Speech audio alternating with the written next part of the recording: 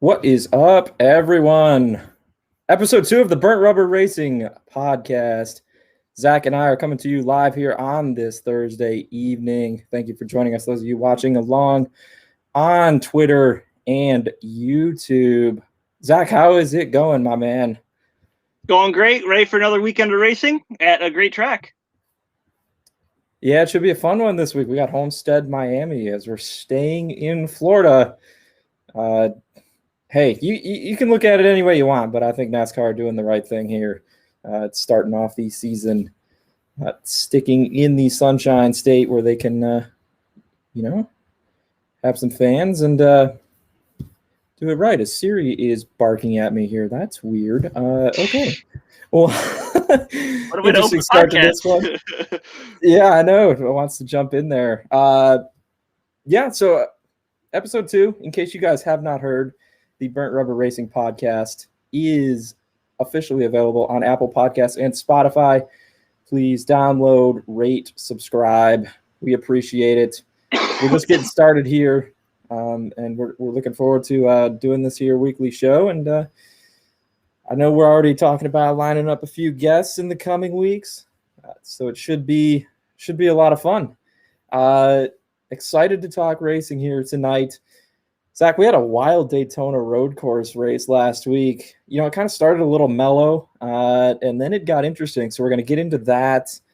A lot of news and notes to cover, too. It's week 2 of the season. Well, we're through 2 weeks of the season, and we have got 2 different beefs going on the NASCAR scene. So we're excited to dive into those. It's always good when we have a little off the track drama to make things more exciting as well.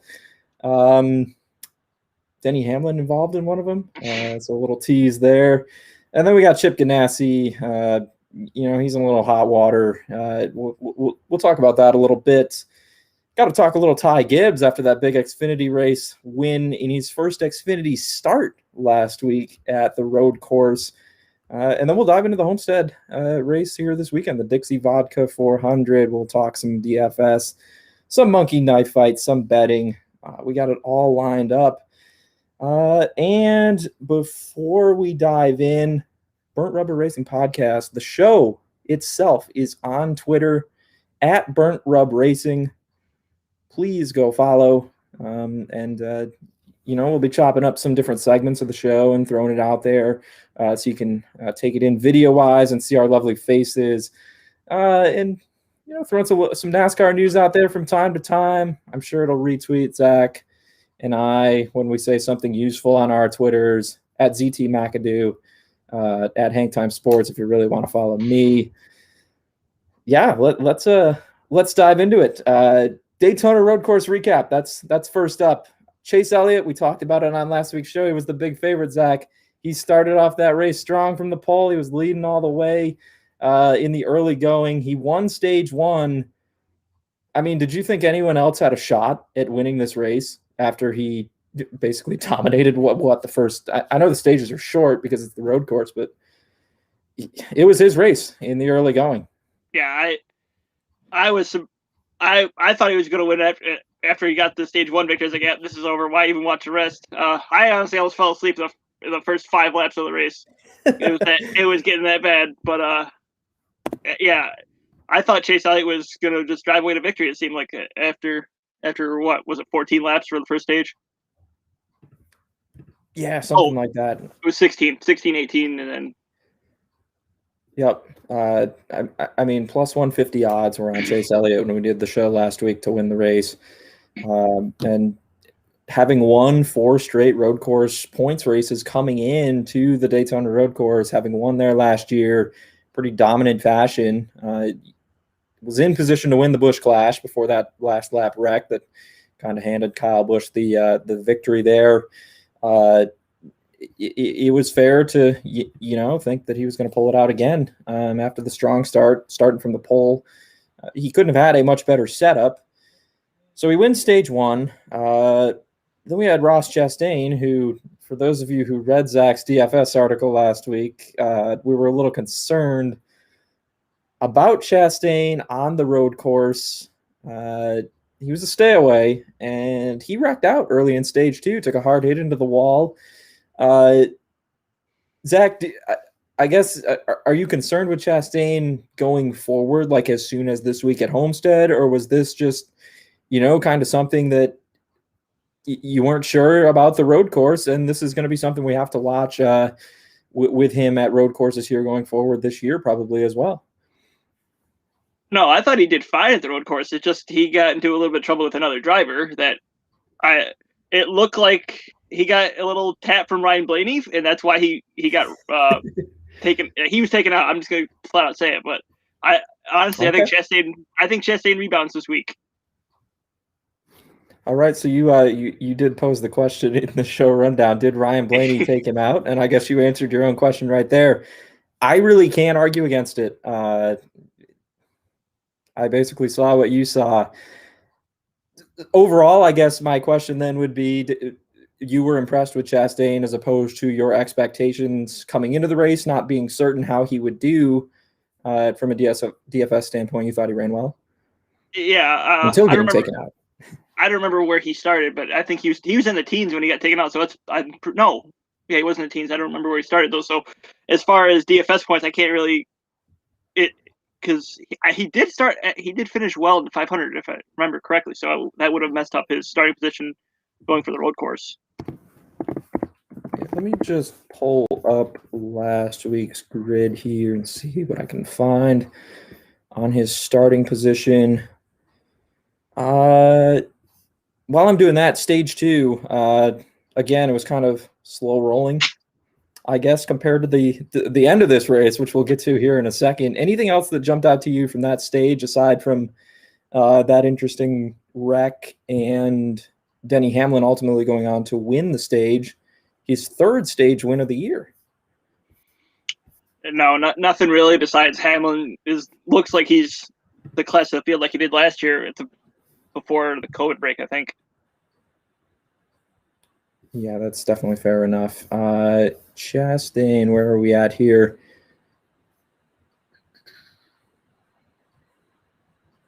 He started top 10, so you were right. And, of course, FanDuel DFS, you're looking at gaining or losing points relative to your starting position, which is so critical on there, versus when we're talking about, the DFS props on Monkey Knife Fight and such. Starting position versus finishing position doesn't matter on there. So always so important to pay attention to those DFS rules that you're kind of playing with there. Yeah, because like I said last week, not knowing the rules for Monkey Knife Fight really screwed me. Yeah, exactly. Got to read those rules and play by the rules too. Don't be cutting corners out there. That's not my mentality. I mean, I'm not going to speak for Zach, but anyways. Hey, like they said on the crew, if you guys didn't watch, if you ain't cheating, you ain't trying. Little plug for the Netflix show. Like I said, I'm not speaking for Zach on cutting corners, but I mean, at the road course, I guess it's smart to cut corners. So tying it back into the race here, Kurt Busch cut some corners there when he had that from the lead, and wound up plowing up a little bit of dirt there on the infield portion. Yeah, well, I don't know how he ended up. I guess he hit the curb and it just spun him around and took him right through the grass. I don't know how the cars did that, but I mean, that's just something that just really screwed him out of the race. And actually, he had a decent chance to win later on, but we'll get to that in a little bit. But it was surprising for me to see him spin from the lead. I think my favorite part about it is he falls all the way back to 27th, I think, and it had to have been within 5 laps. I don't even know if it was that. He was already giving Keselowski problems back there and just getting into the back of him. Like Kurt Busch get the hell out of the way. He was there to play at the Daytona road course race last week. That is for sure. So as we were saying, Hamlin wins stage 2, 3rd stage win of the year. And then we get to the final stage, and that's kind of where all hell broke loose. Hard racing, and it kind of seemed like we were in for a predictable finish, I guess, if you will. Then it starts to drizzle. And it wasn't drizzling all across Daytona International Speedway, just in different parts of the track. And Zach, NASCAR throws the caution for rain. What did you think when that caution came out? And, I get it. Like, let's give the teams a choice to come in and put on rain tires. But I thought the Mike Joy, Clint Boyer, Jeff Gordon there on the Fox broadcast, like during the race at the time, kind of put it as it was. The track was really not that wet, and the rain was only in a few spots. But what were your thoughts when you saw that yellow come out? I think it was 14 to go? Something like that, 14, 15 to go. But excuse me. I gotta say I don't believe that they should have thrown a caution, A, for the rain, and B, even if it was raining, let the teams come in and decide if they want to put on rain tires, and if they want to stay on slicks, let them stay on slicks. I feel like the caution really screwed Chase Elliott, and it was just a dumb caution because A, the track wasn't wet enough, and like I said before, if the teams really they feel like rain tires are sufficient, let them come down pit road. Don't call a caution. Let every team catch back up. Because you're manufacturing drama that way. Yeah, I agree.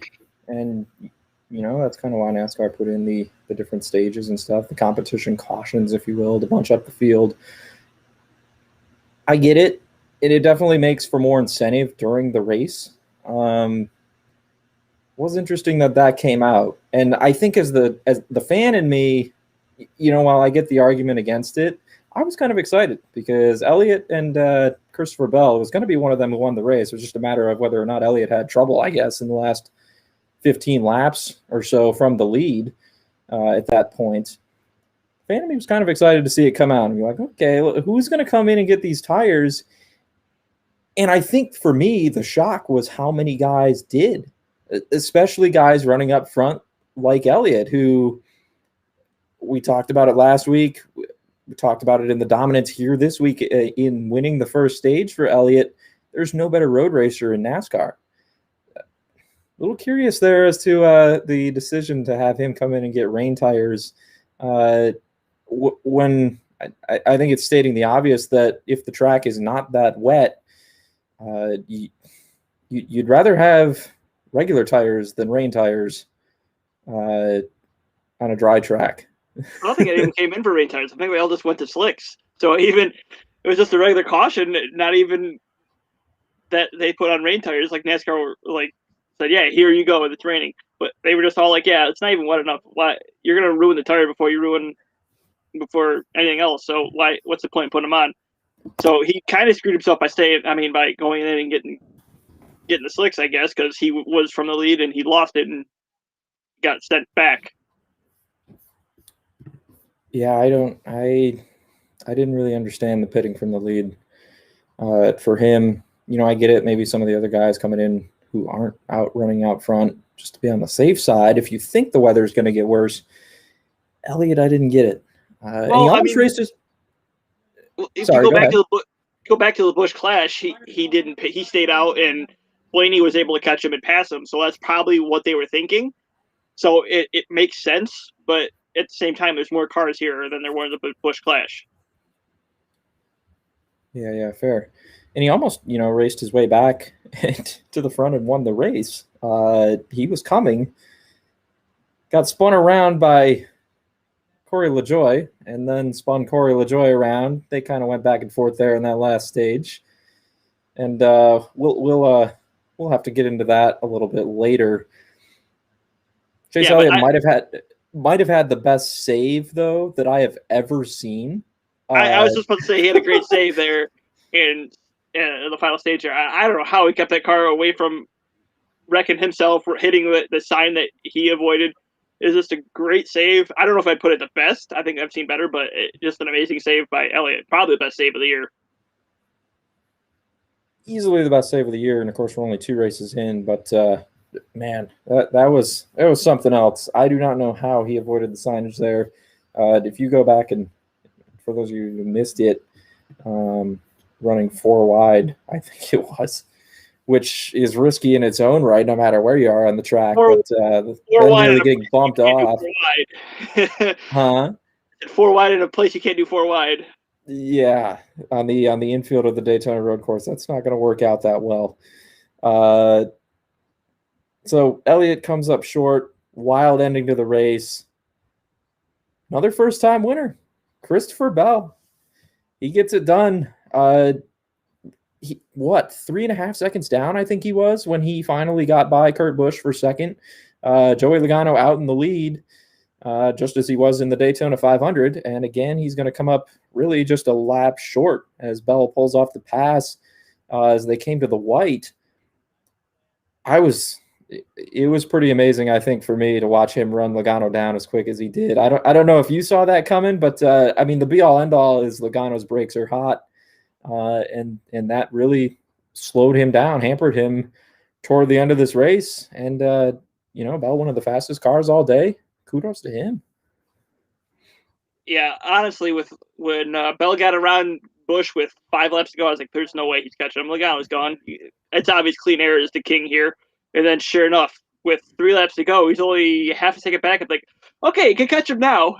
And sure enough, he got him in the last chicane there before coming to get the white. So kudos to Christopher Bell. He proved me wrong, and I was glad to see him. But you probably saw this stat? Did you see that in every second full season that Christopher Bell has won, he's won in his second start? No, I didn't see that stat. That's fascinating. From the Truck Series, the Xfinity Series, and now the Cup.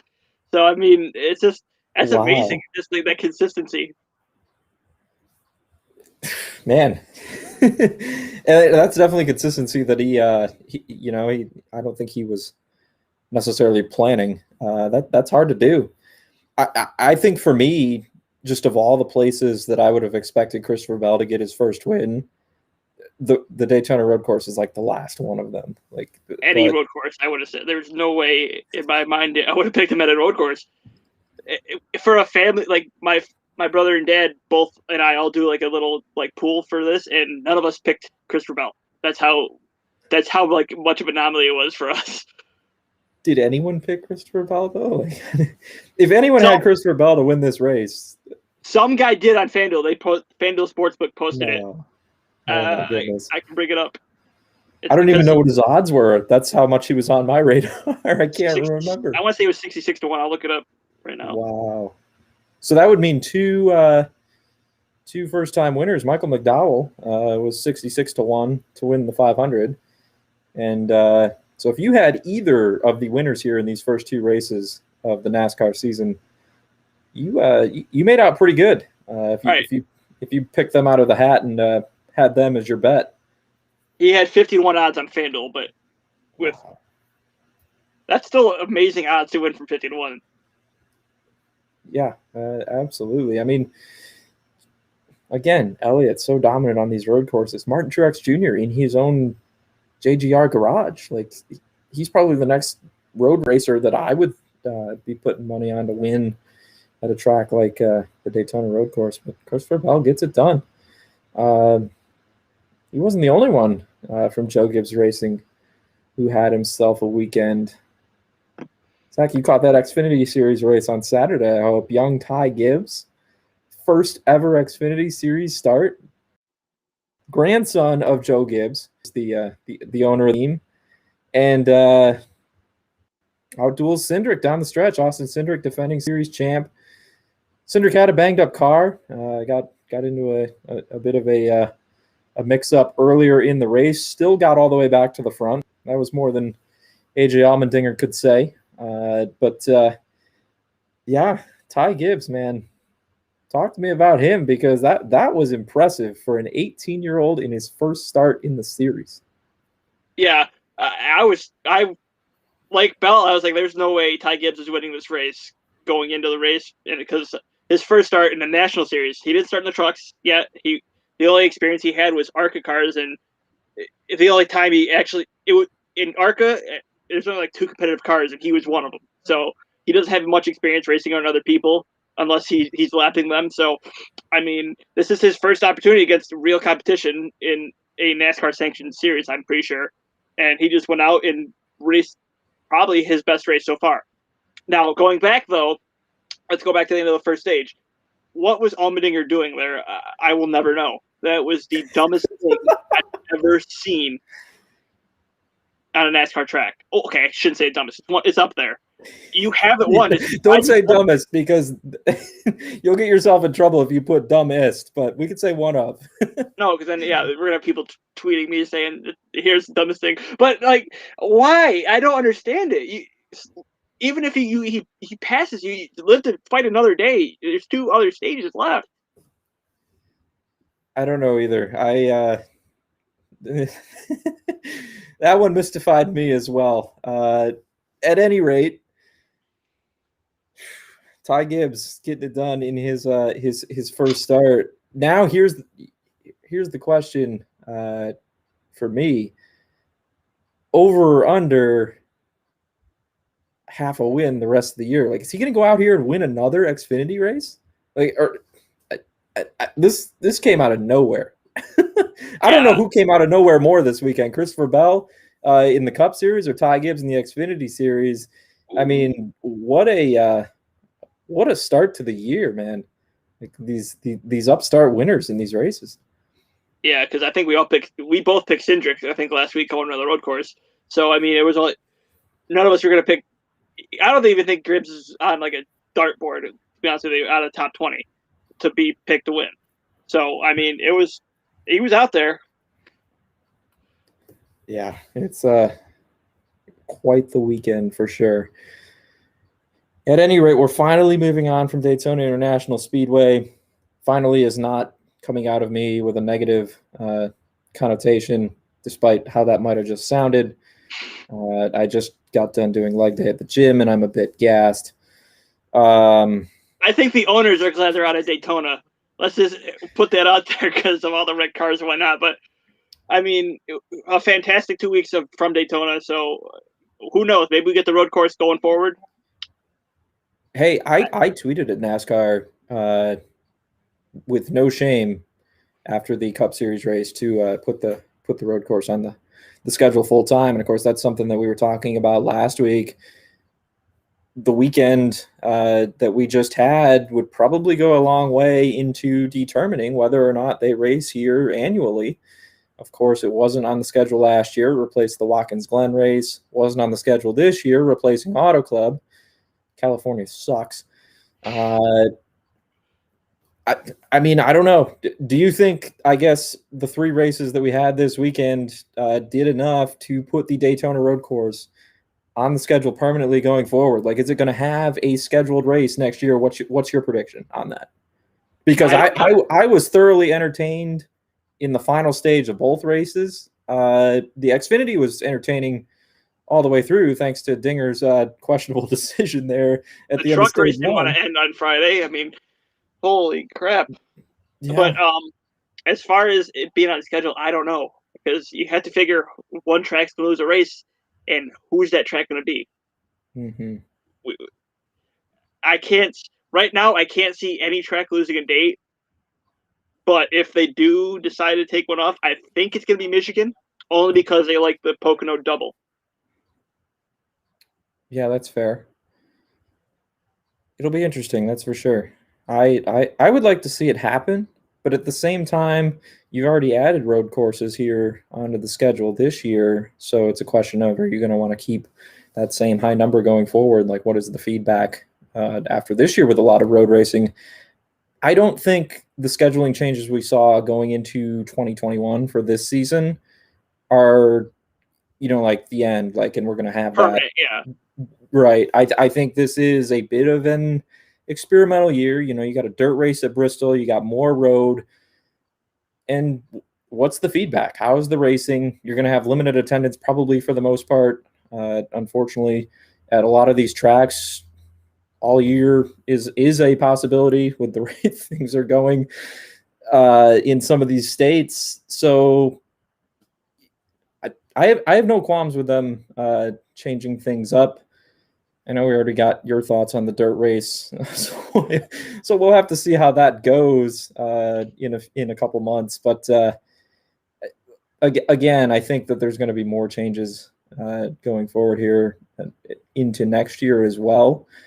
And so, we talked about Indianapolis running that race on the road course this year. I would much rather see the Brickyard 400 go back to the Speedway, and you have the Daytona road course replace that race. But then again, like you said, what track are you taking off to get that extra race in there? So, in all honesty, though, the way that Sonoma has been raced since they started the stages, it wouldn't hurt me if they took it off. It hasn't been a good track since the start of the stages. Yeah, that's fair. Hey, time will tell. The evolving world we live in more ways than one. But I want to get to some of these beefs now because we've got a couple of them going on here. First, we got to start with Denny Hamlin. So this week, I don't know who's been following it. That's why we're going to fill you in, I guess, on it right now. Kyle Petty comments that after, of course, Joe Gibbs Racing, Ty Gibbs, Christopher Bell, the Xfinity and Cup sweep here this past weekend at the Daytona road course, you can decide for yourself whether this is a bit of an overreaction. But Kyle Petty on air commenting that perhaps veteran Joe Gibbs Racing drivers should be a bit worried about their job security with these young guns pulling out some wins this past weekend. Maybe a youth movement coming to the JGR garage sooner than later, if this is the kind of talent that we have on the team. And Denny Hamlin, of course, one of those veteran drivers for Joe Gibbs Racing, along with Martin Truex Jr. and Kyle Busch at the Cup level, he took a little bit of exception to that. Kyle Petty's quote directly here, I'm reading it. "If I'm a veteran driver in the Gibbs organization, I'm looking over my shoulder and in the rearview mirror because I'm watching my replacement out there win races at the Xfinity level, win races at the Cup level." End quote. Hamlin's quote on the rebuttal, I believe it was the following day. Don't direct quote me if I have that timestamp wrong, but Hamlin, quote, "I'm not sure who I can equate it to in another sports world, but essentially someone else that's at the top of their game and like, oh, this guy scored 30 off the bench. He's coming for your starting position. Okay." End quote. Zach, you taking a side here in this beef? Because Denny Hamlin, I mean, he's won 3 stages already this year. He doesn't have a race win. We know those race wins are coming. It's not going to be one. It's going to be multiple for the FedEx 11. He's still at the top of the game. Hasn't won a Cup championship. I feel like it's only a matter of time. Like he's going to get it done eventually. Was in the championship 4 last year. Chase Elliott, of course, rode the Martinsville win into the some momentum for Phoenix to take home the championship. Hamlin's going to win a chip eventually. You taking a side here, or just a gut reaction, I guess? Or what say you on this little Kyle Petty, Denny Hamlin beef? I don't like Denny that much, but I had to take a side here because he's not wrong. I mean, one win is what? It's not much. Look at the 3 that Kyle Petty's talking about, and Kyle Busch, who is a 2-time Cup champion, Martin Truex Jr., who has a Cup championship under his belt, and you have Denny Hamlin, who has won 3 Daytona 500s. That's nothing to just squawk at. I mean, that's something that a lot of guys in that garage would kill for. So, I mean, yeah, Christopher Bell and Ty Gibbs won their races, but one race is not equitable to anything that those guys have done for Joe Gibbs. Granted, who knows if any of them are going to win another championship. I think Denny's starting to run out of time because he's like 40, I think, something like that. But I mean, you can't replace, like, these are some of the best guys out there. Joe Gibbs is not going to just give a ride to a guy just because of one win. Yeah, I mean, I have to agree with you. I think it's a little premature to say Denny freaking Hamlin and Kyle freaking Busch are should be worried about their rides. And hey, let's say Kyle Petty's right. Okay, let's say Joe Gibbs is going to throw Ty Gibbs into a Cup ride as soon as next year at the age of 19. He may not win another Xfinity race all year, but let's say he does. Let's say he exceeds expectations over the course of this calendar season, and grandfather's going to take care of grandson. All right, he's got a Cup ride. You're telling me Denny Hamlin, Kyle Busch, Martin Truex Jr. can't find a ride somewhere else? No, Man, they'll have got teams lined up just to have them. Oh, 100%. Denny Hamlin can go drive for 2311 if he wants. Like, yeah. They might change the team name because he might have a new car that comes out there if 11's going to stay with Gibbs. But man, I think it's premature for Petty to be saying these guys need to be worried about their job security whatsoever. That's one of the best garages in the league, in the sport. Totally unjustifiable, I guess, for me. And so I'm glad we see eye to eye on that, because I don't know I'm not sure how I would have handled that if you were going to tell me Denny Hamlin needs to be worried about his job. Now, with that said, Kyle Petty is absolutely right that in NASCAR here, the Toyota pipeline it's very rich, very full. You've got Brandon Jones also in the Xfinity Series, Harrison Burton, Ty Gibbs' teammate. He ran very well at the Daytona road course. There's a lot of guys coming up, but at the same time, what's it going to take to unseat one of these guys? It's going to take more than a single win for sure.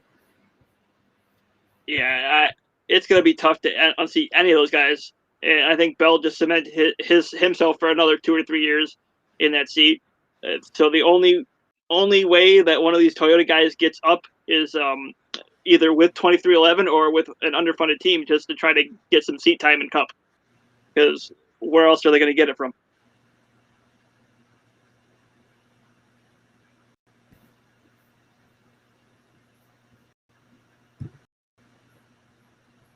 Yeah, absolutely. All right, moving on. We got another beef to talk about here, and that is the aforementioned Stage 3 drama from the O'Reilly Auto Parts 253 at the Daytona road course last week. Corey LaJoie and Chase Elliott. Contact on multiple occasions late in the race. First, it was LaJoie kind of throwing Elliott off course. Well, Elliott came back and he got into LaJoie pretty good. Later on, after a caution that was brought out by Martin Truex Jr., who spun off the restart, there were some successive cautions there toward the end of that race following the switch to the rain or slick tires or whatever these teams were putting on for the one spot on the track that might have been a little wet. Zach, I guess, before I try and pull up a little bit of audio here to kind of supplement this discussion from Corey LaJoie on his podcast this week, did you have a side that you were taking? Was it just hard racing from your angle? Thoughts on what you saw transpire there with Elliott and LaJoie and their exchange of pleasantries, shall we say, toward the end of that race? I think for the most part, it's just hard racing. I don't think LaJoie didn't mean to push Elliott off track early on there, and I think LaJoie getting in the back of Hamlin, which spun Elliott out, was just LaJoie just trying to make up ground, and he just messed up. As far as things going forward, it should have just been to talk it out, say it's a racing deal, and move on. But as we'll see, it's not the case. Yeah, it's not exactly the case. So this was this week on the Stacking Pennies podcast. Corey LaJoie and his comments basically, quote, "I zigged and he zagged when one of us should have." I'm sorry, quote, "I zigged and he zigged when one of us should have zagged." end quote. But he breaks down a little more here. This is his audio on the Stacking Pennies podcast. So we'll listen, we'll have a laugh, and then we'll follow up here on this beef number 2, shall we say, here between LaJoie and Elliott. I made sure to set my security system on Sunday night because you never know when that mob of the Chase supporters are going to come after you. And they were trying to come after me this week. Let me explain why. We go through 3, and I've got one eye in my mirror, my back mirror, looking at somebody on my right rear quarter because I'm top of 3. Next thing I know, I look out the left window and the 9 car is like Baja dune buggying it through the grass, and I had no clue he was out there. So Grant, obviously he loses some track position. Caution comes out. I'm sure Chase is mad. I'm like, okay, I didn't mean to do that because I had no clue he was out there. So he lost some track position and then re-rack it, 19 wheel hop spins out. Now I look at a 3 and that Napa Chevy is tucked in wheel to wheel with me. I'm like, okay, is he going to ship me here? I don't know. So my plan was to go through the kink, and then I was going to give him the left, or I was going to take the left and give him the right, which would be the preferred groove through 5, and then stay on the left to maintain some track position through 6 to get up into the big track. And the same time I was committing to the left, he was trying to get to my left rear at the same time. So when I went back and looked at it on the SMT, he gassed it up to try to get to my left rear while I was gassing it up to try to get out of the way, essentially.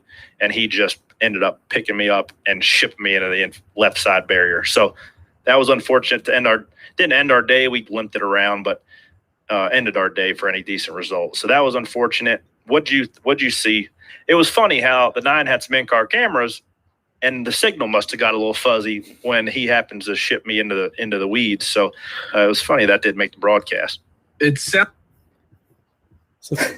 So again, Stacking Pennies podcast with Corey LaJoie. That is his audio explaining what happened. A lot to unpack there, Zach. We've got the Chase Elliott supporters allegedly maybe showing up at Corey LaJoie's house, or at least coming after him on social media. Maybe a little bit of an exaggeration there. I can't even remember what the phrase was that he used to describe the move. Do something. But yeah, a lot to unpack here from this audio. Walk us through your reactions here to hearing LaJoie's comments. I mean, no disrespect to Chase Elliott fans, but we've seen what they've done. I mean, look at the one fan at Martinsville when Denny shoved Chase out of the way. I mean, that Chase Elliott fan was ready to fight Hamlin then. So, yeah. I mean, it's fair to say that these drivers are scared for their lives, especially when you have a driver like Chase Elliott who has a lot of fans, the most of the fans of any other driver. So I think it's a fair assessment, but at the same time, I don't want to say it's hard because you don't want to lump every Chase Elliott fan into the same group, because not all of them are going to go after LaJoie, but there are some that were probably mad and wanted to take out revenge. Yeah, and I as far as the incident itself, I tend to side with you. It was good, kind of good hard racing both ways. I had no issue with LaJoie getting into Elliott whatsoever. Now, Elliott, you can say, well, he was obviously retaliating, and he was. You're not gonna pull up and kind of seek contact unless LaJoie gets into you there a few laps earlier and causes you to spin. He has every right to do that. Sucks that it took LaJoie out of the race. I'll say that, but I don't really have a way to come down and say one driver was definitely in the wrong over the other here. But it'll be interesting to see how this kind of plays out going forward here in the Homestead and, over the course of the season. Is this a beef that it is going to continue? I don't think Elliott's the kind of guy who necessarily lets things go. If he did, he probably wouldn't have retaliated as quickly in the way he did, right here in this instance. He would have just recognized, okay, it happened. Move on. Try to win a race here. Yeah, Chase needs to realize that this he's fighting a battle that he doesn't need to fight. Corey LaJoie's gonna have his own battle with the car because they don't have the power that Hendrick Motorsports does. Chase has a winning car.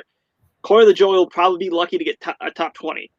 So I mean, as far as that goes, don't worry about LaJoie. Go ahead and drive your race. 100% agree. But hey, for us fans, for us analysts, it's a lot easier said than done. and I get that side of it too. Like nobody, I shouldn't say nobody again. That putting what's the word? The almighty nobody or most whatever it was that you were saying there earlier here in the show. But few people are more competitive than me. I'll say that. And so I totally get it. You know, you feel like you get wronged in the heat of the moment and you want some revenge. Like I get Elliott's side of it too. I guess my gut tells me this one is probably going to go under the bed just because, like you said, the difference in team and equipment here that these two drivers are going to be, contending with going forward this season.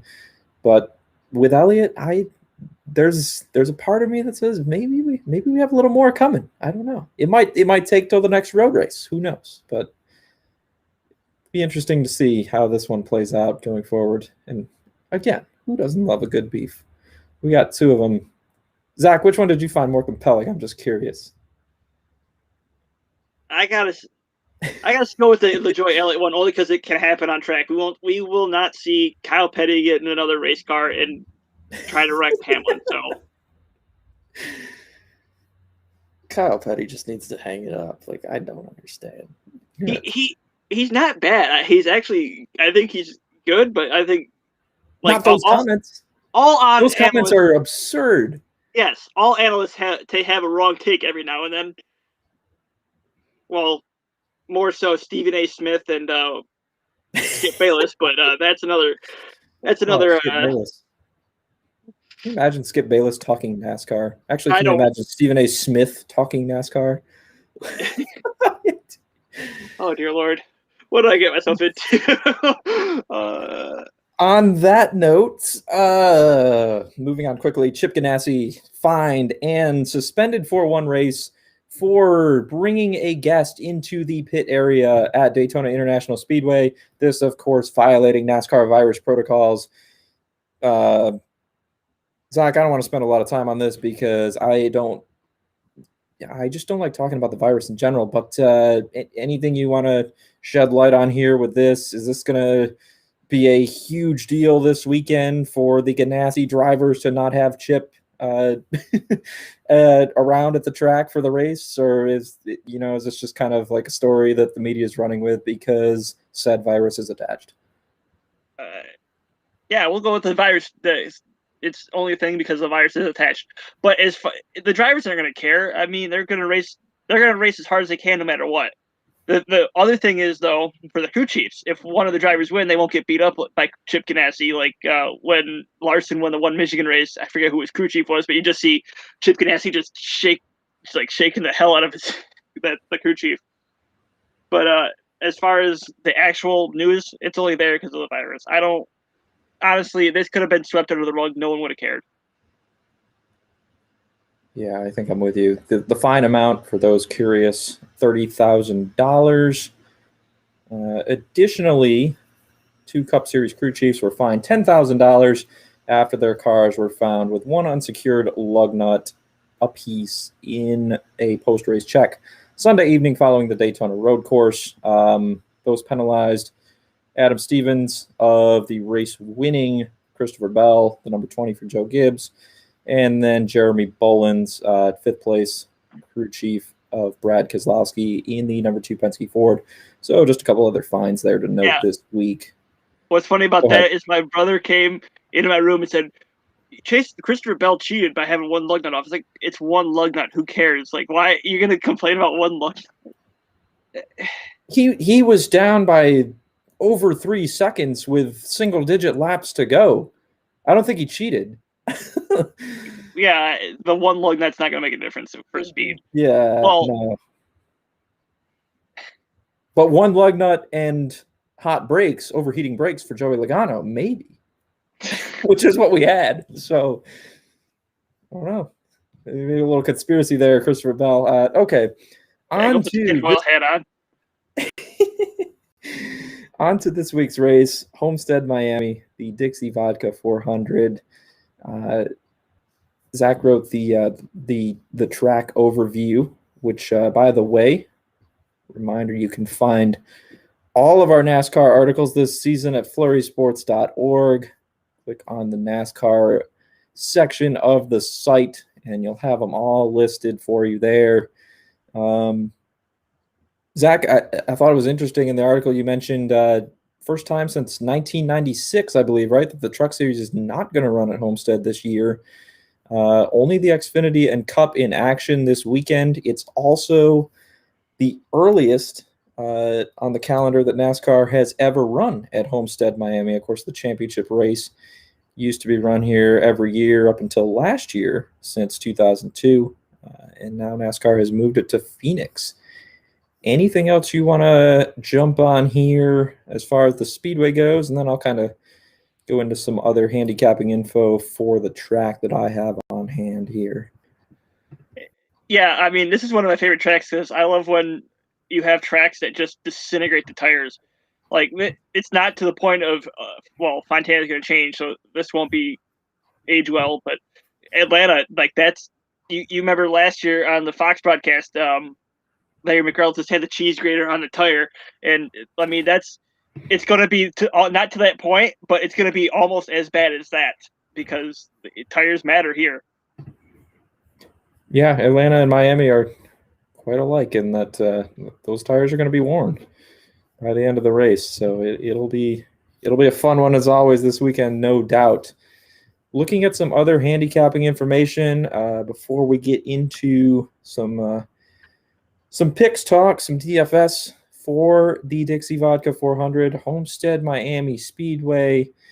Homestead remains one of the most exciting 1.5 mile tracks in the sport with progressive banking. Zach touches on that in his article, the banking change that the track underwent. And as he said, the extremely rough surface that lacks grip. Outside of Darlington, might be the biggest driver's test in the sport. And we always see the top names in the sport emerge at the front of the field. I believe it is a 3-way tie for all-time wins at the track between Tony Stewart, Denny Hamlin, and Greg Biffle. Of course, Hamlin the only active one at this point. Hamlin won last year's Dixie Vodka 400. And in the years prior to that, the race was known as the Ford EcoBoost 400, the championship race of the NASCAR Cup Series season. Looking at the 4 other winners here in recent years prior to Hamlin: Kyle Busch in 2019, Joey Logano in 2018, Martin Truex Jr. in 2017, and the now retired Jimmy Johnson in 2016. Interesting note here from the most recent winners, Zach. Only Johnson in 2016 started outside of the top 5. Hamlin started on the pole last year. Kyle Busch started 4th. Joey Logano 5th. And Martin Truex Jr. 2nd. But again, we see the big names kind of having their way here at the track. Yeah, I mean, it's a tough track. So you're going to have all the best guys come out and be at the top because you're going to need experience to run this track.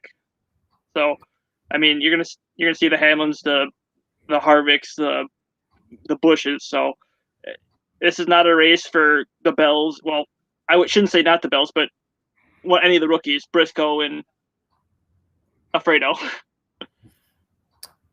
Yeah, I'm just trying to figure out where Alfredo's race will be. He has been a bit shaky here in the first couple of races of the year, to say the least. If we look at top 5, I just mentioned the last 4 winners here at Homestead have come out of the top 5 on the starting grid.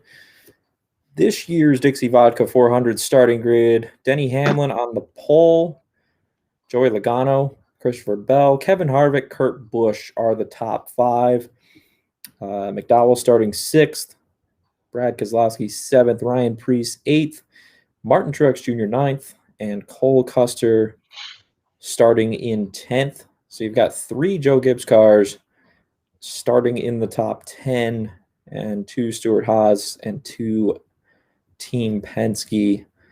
Zach, I guess top 5 in particular there, Hamlin, Logano, Bell, Harvick, Kurt Busch. Any of those guys, as we transition to some DFS talk here, that you really like for this week outside of, I'm sure, Denny Hamlin, who is going to want to prove Kyle Petty wrong, right? Yeah. I mean, I had Hamlin in my DFS lineup for this week, but I was like, you know something? There's something about leading laps that everyone who's led the most laps doesn't win. So I went with a different guy. I went with the 4 car. Harvick has had great. There it is. Going with the boy. Yeah, it's time. It's time to bring it out. I mean, he's had Heard great. It first, folks. He's had great races here. It's time for him to park in victory lane again here at Miami. Harvick has won at Miami before. 2014 is the last time. That's the only time. Before I hopped on the Harvick bandwagon. Zach is on his favorite driver this week. He likes Kevin Harvick, the 4, starting out of the 4 spot. When 4 is starting out of 4, I mean, you gotta at least consider it, right? Looking at some betting odds, they would agree with you. Denny Hamlin is the favorite to win at Homestead this weekend at plus 450. Kevin Harvick and Chase Elliott next in line at plus 550. Martin Truex Jr. At 6-1. Zach, now I know obviously we'll have your FanDuel DFS article coming up on FlurrySports.org tomorrow. So everyone can head on over and check out your analysis and all your plays in that article. Again, FlurrySports.org. Just go to the NASCAR section. You'll find all our stuff right there. Anyone else that you want to tease for us, or that you want to dive right into here in depth? I'll go with 2 guys, and because they both run the same line, and you probably already know who I'm going to say. I'm going to go with this guy right here, Tyler Reddick, and Kyle Larson. They both love that high side. The high side works, man. Another reason why I like Miami, except that high side just works. We'll see guys run inches off that wall. The 2 guys that do it perfectly, Reddick, Larson. Put them both in your lineup. You thank me later, as long as everything goes to plan. Easier said than done that everything goes to plan. But again, like going back to that comparison to Darlington, where these are 2 tracks that test drivers almost more than any other on the circuit. The Darlington stripe, it's the same deal here at Miami. The high line is so. This car definitely has some damage on the side. So. Well, we'll see how it plays out. Let's kind of pull up the odds here on those guys for you.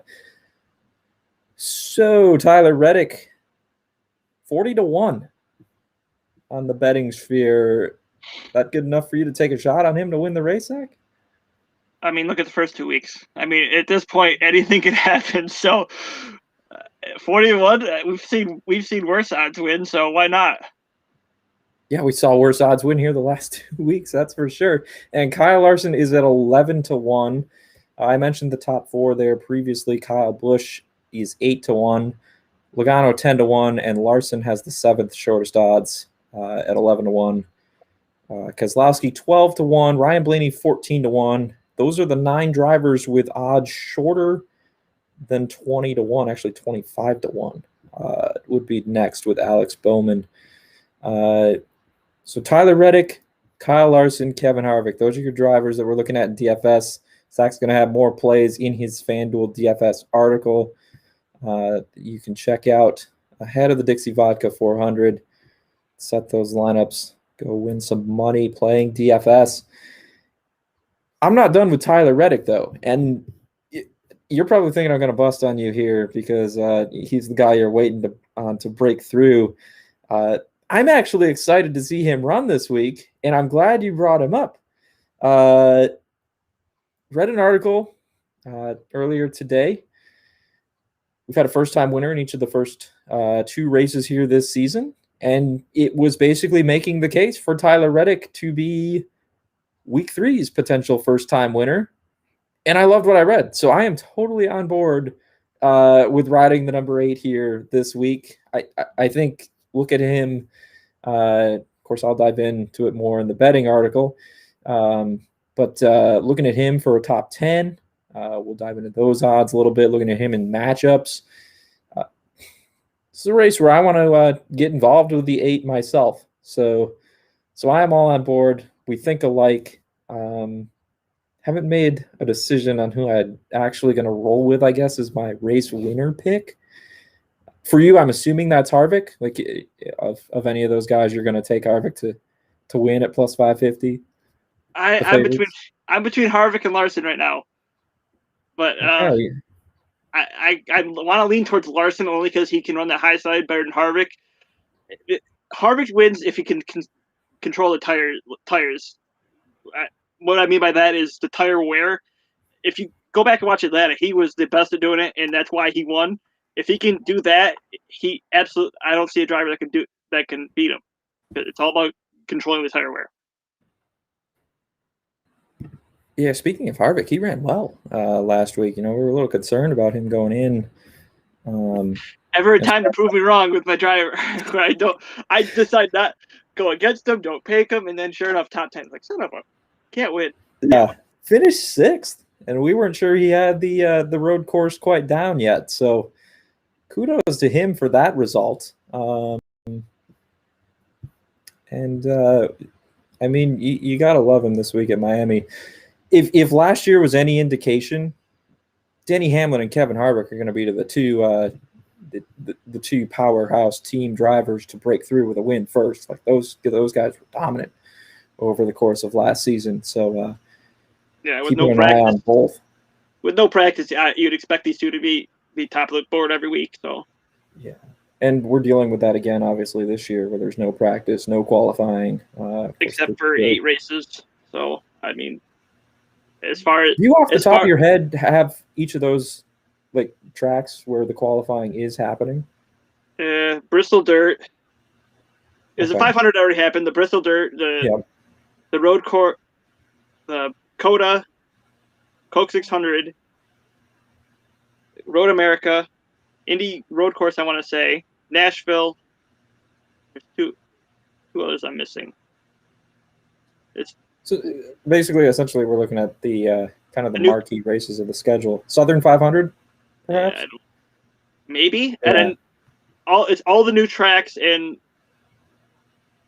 some of the marquee. So maybe it was Southern 500. Right. But of course, with the new tracks, NASCAR's not going to have the magic formula that they're setting the grid here with each week to have data to pull. So it makes sense that they'd be doing qualifying at a place like Nashville. Get the drivers more seat time to get ready for the track because they've never raced there before. I mean, this is the first NASCAR race at Nashville since like 2012, I want to say, maybe 2011. So, and the Cup has never been there, correct? As far as I know, Cup's never been there. It's only been Xfinity and Truck. Yeah.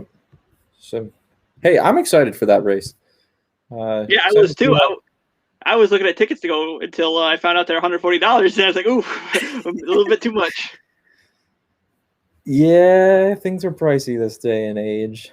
Still got my fingers crossed that Talladega is going to happen in April. Camping's free, so I'll have free lodging, pitch a tent, cook a fire, make a fire. Not cook a fire. I'll cook food over a fire that I make. We'll make it happen. Monkey Knife Fight, Zach, before we wrap up and get out of here, finishing up our analysis and look at the Dixie Vodka 400 at Homestead, Miami this weekend, race 3 of the 2021 calendar year. Any plays that you're eyeing on Monkey Knife Fight that you want to throw out there, that you want to quiz me on? Because I'm going to be completely honest, I haven't really dove into monkey knife fight just yet for this race, although I like the looks of this 85 times your buy-in opportunity that we have here once again this week. Again, Monkey Knife Fight's doing this every week. Massive payouts. All you got to do is pick the fantasy point totals over or under correctly of 8 different drivers. That's not hard. If it was hard, well, if it was hard, Zach Brunner wouldn't have got 7 of 8 at the Daytona 500. Yeah, So, Flurry Sports own Zach Brunner. Shout out. 7 out of 8 correct at the Daytona 500. Pretty sure we mentioned that on last week's show, but and Zach and I were left in the dust because we did not get 7 out of 8 correct. So of course the guy who knows NASCAR almost got it. We need to bring him out apparently because he does better than us. So he'll be on here eventually. He's too talented not to be on here, whether he knows NASCAR or not. He'll bring the heat for the episode he's on. So and make fun of us for not getting 7 of 8. Oh, absolutely. He might break down Danica Patrick for you. Who knows? Aaron Rodgers' ex. Anything you're looking at on Monkey Knife Fight. Back to the topic at hand here. Yeah, I sent you the rapid fire one. Was it the rapid fire or what's the one where they put the 2 against each other? Or the 4, 2 drivers against each other. That is the rapid fire, yeah. Yeah. So I took what you sent me here so I could follow along, but go ahead. Yeah, I had to pull it up too, but I didn't send the picture, so I'm trying to remember who I took over who. But then I know Harvick has 1.5 points over Hamlin, and I'm taking Harvick only because I don't know. Like I said earlier, Hamlin is going to lead a lot of laps, yes, but so far this year, the person who's led the most laps has not fared well in their finish. So I'm going to take Harvick because I feel like he's going to be a top 5 contender. And then I think I took Chase Elliott over Truex was the other matchup, I want to say. Yes. And Truex is getting the point and a half. And I feel like Elliott is going to get a top 5 like he did here last year, and Truex is not going to be able to keep up with. Those are my 2 picks for this year, or this race. I like it. We're riding with Harvick. We're all in. Fade Denny Hamlin at Homestead, people. Last year's winner, tied for the lead in wins at the track all time. And Zach's fading him for his favorite driver. No, I have no bias here at all, guys. No. Hey, I have no issues with the pick at all. Again, Monkey Knife Fight. Remember, read your rules, folks. Monkey Knife Fight DFS scoring is different than FanDuel. You're not going to get points for finishing position relative to your starting position. It's first through 20th. You're awarded 20 points for a first place finish, down to 1 point for a 20th place finish. After that, your finishing position doesn't matter. And every lap led is a 10th of a point. So, hey, Zach likes Harvick to win the race. He likes Hamlin to lead a lot of laps. Harvick's going to lead laps too. He's starting 4th. He's not far off the pace here. I have no issues whatsoever. You're getting a 1.5 with arguably one of the best drivers in NASCAR right now. He ran great last week. He's going to build off that Daytona road course. I like it. The other one I'm going to have to dive into more. I can't figure out Truex. And we're going to wrap things up here, but I guess, can you help me figure out Truex? Because last year was a disappointment. Pulled off the short track win. And then, he's in the playoffs, doing all right. Doesn't make the championship 4. What's your read on him? Daytona road course, running great last week. Wasn't the second fastest car on the track to Chase Elliott, which is what I think a lot of people had expected, myself included. Spun the tires there on the late restart. Is this going to be the 2020 Truex that we saw with no practice, potentially throwing that team off, or are we looking at a bounce back year here? Is he going to get to victory lane sooner than later? go back to the past 2 weeks, it's weird stuff that's happened to him. I mean, he gets taken out in the lap 14 wreck because of his teammate, and then last week it was just a wheel hop. Like they're both just weird scenarios for him, or instances, I should say. Yeah. So as far as him getting back on the horse, I think he's going to get back, but I don't think he's going to have a 2017 year. He might get 1 or 2 wins this year to be able to get back in the playoffs. But I don't think we'll ever see another 2017 Truex again. Well, hey, maybe he's the JGR veteran driver who needs to be concerned about his job security when you have Ty Gibbs winning Xfinity races at the age of 18. Yep, I went there. We pulled the whole show together. Look at us. Episode 2 of the Burnt Rubber Racing Podcast. That's pretty much all we got. Again, the NASCAR page of the flurrysports.org website. Plenty more stuff coming out. We'll have Zach's FanDuel article. We'll have both of our Monkey Knife Fight picks together coming out. We'll have my betting preview. All kinds of stuff before the Dixie Vodka 400 this Sunday at Homestead, Miami Speedway. Zach's riding with the man, Kevin Harvick. You'll have to stay tuned and read my betting article for my pick to win the race. Maybe I'll go with Tyler Reddick. Hey, these first-time winners are on a roll. Make Zach smile while I'm at it. Again, we are available on Apple Podcasts and Spotify to listen, download, rate, subscribe, all that good stuff. Follow the show at Burnt Rub Racing on Twitter. Follow Zach and I on Twitter at ZT McAdoo, at Hank Time Sports. If you ever want to talk NASCAR, hit us up, DM us, mention us, whatever. We're always down to talk some racing. And hey, this is only episode 2. We got plenty more in store on the Burnt Rubber Racing Podcast. Again, we teased it earlier. We're going to have some guests coming on. Zach Brunner will be one of them eventually. Hardcore racing analyst there for Flurry Sports. Zach, it's been a blast. Glad we got through this second episode. Anything else you want to throw out there before we head into race 3, or just in general before we sign off? Well, yeah, I kind of want to ask this question because I put it in my article, and I was going to ask you this. So in my article, I told you how Gordon won the last COT race, right? And who won the first race that they raced the Gen 6 car of? It's funny with me. I'll give you that hint. Okay. Yeah. Am I allowed to go cheat because I have the winners list up here, and I think I remember the year that went out? 2013. I'll give you the year. 2013. Okay, that was the year it went out. So was it Kevin Harvick in 14? No. Well, yeah, it was Harvick who won the Sprint Unlimited, the 2013 Sprint Unlimited, the first Gen 6 car. Right. Yeah, I said that's funny with me because of Gordon Harvick. So. That's what you asked me, right? Or was it the last? No, I probably screwed that up. Oh God. That's what happens when we get over an hour. All right.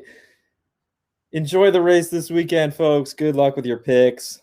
Again, hit us up on Twitter. Check out all the articles for plenty more. We're riding with Harvick. At least Zach is.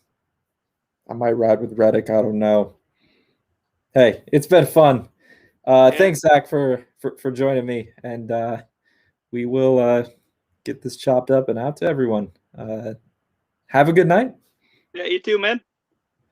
Take care, everyone.